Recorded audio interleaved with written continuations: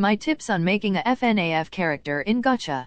Before we start, I'm not outing anyone on how they make their characters, I just want to give some inspiration. You can make your designs however you want. After all, these are just tips. I also just wanted an excuse to showcase my new FNAF designs. TBH, I've been tired of working on the series, so I've just been making all my FNAF designs because I hadn't made them. We are gonna have a few different sections to explain. Basic character structures.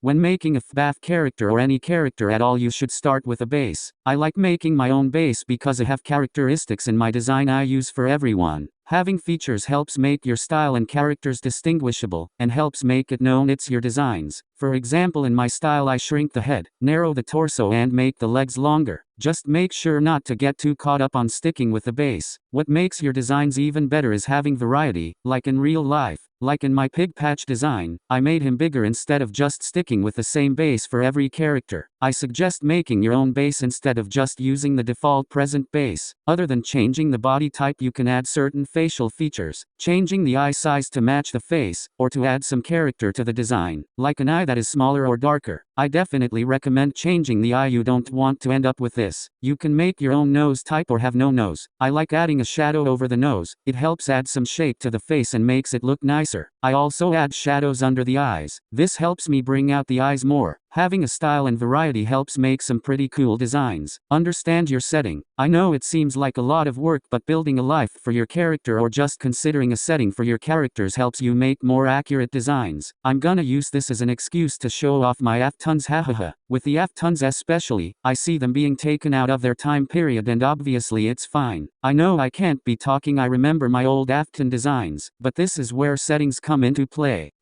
Where does this character live? When are they alive? What region or nation are they in? Looking into this, it helps make more realistic characters. Now the design itself is completely up to you. Have fun with it, but I recommend trying to switch things up. A lot of Afton designs are extremely similar. I know Mrs. Afton has suffered through this shirt for too long. When I was making my Aftons, I didn't want to repeat my mistake of taking them out of their time period. The best way to make a character is to find inspiration. Look on Google or Pinterest, anywhere you can find something you like and want to incorporate to your design. Just make sure if you are going off someone else's design, don't copy everything. While making my designs, I was looking at Pinterest, seeing how that period of time dressed. What hair did they have? What makeup? With William I took inspiration from his movie Self and American Psycho. Taking all these, it helps me made a William design I'm happy with. Also looking at outfits from his time period helped make him more accurate. Knowing that, it helped me make a design I'm happy with and is more accurate with his time. I did the same with Mrs. Afton and Elizabeth, checking what hair, what makeup, what clothes, and while making sure not to steer too far from the original design, makes accurate good designs. Finally with Michael and CC.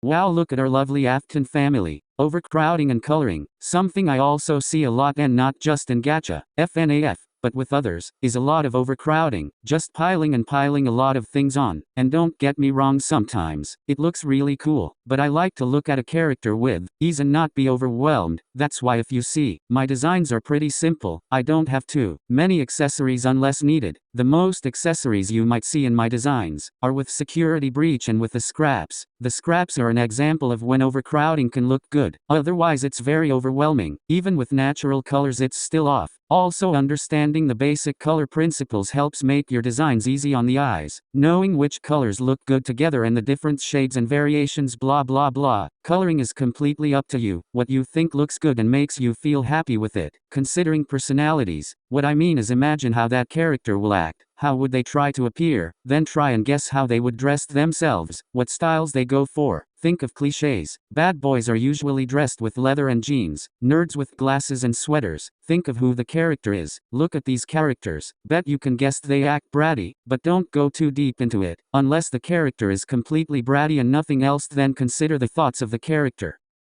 And don't stick with just a few types of characters and styles. Mix up and look at all the different styles and generations, making things useful.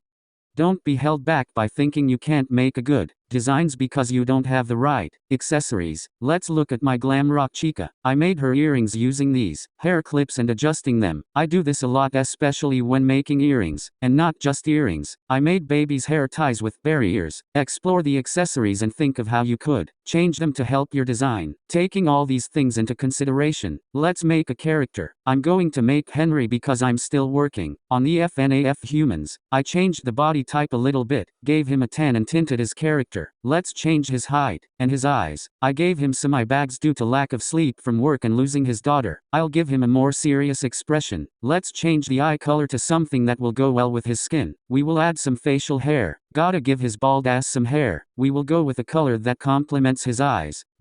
Because all my face accessory slots are taken, I'll use a headband to give his forehead some shadow. Now he will get dressed. I chose a work suit because he is a mechanic, but still make sure he is dressed nice. Add some extra details to make him look nicer. And now we have our Henry. I hope this helps any more that is struggling with character designs and anyone who is bored. Haha. I hope you enjoyed.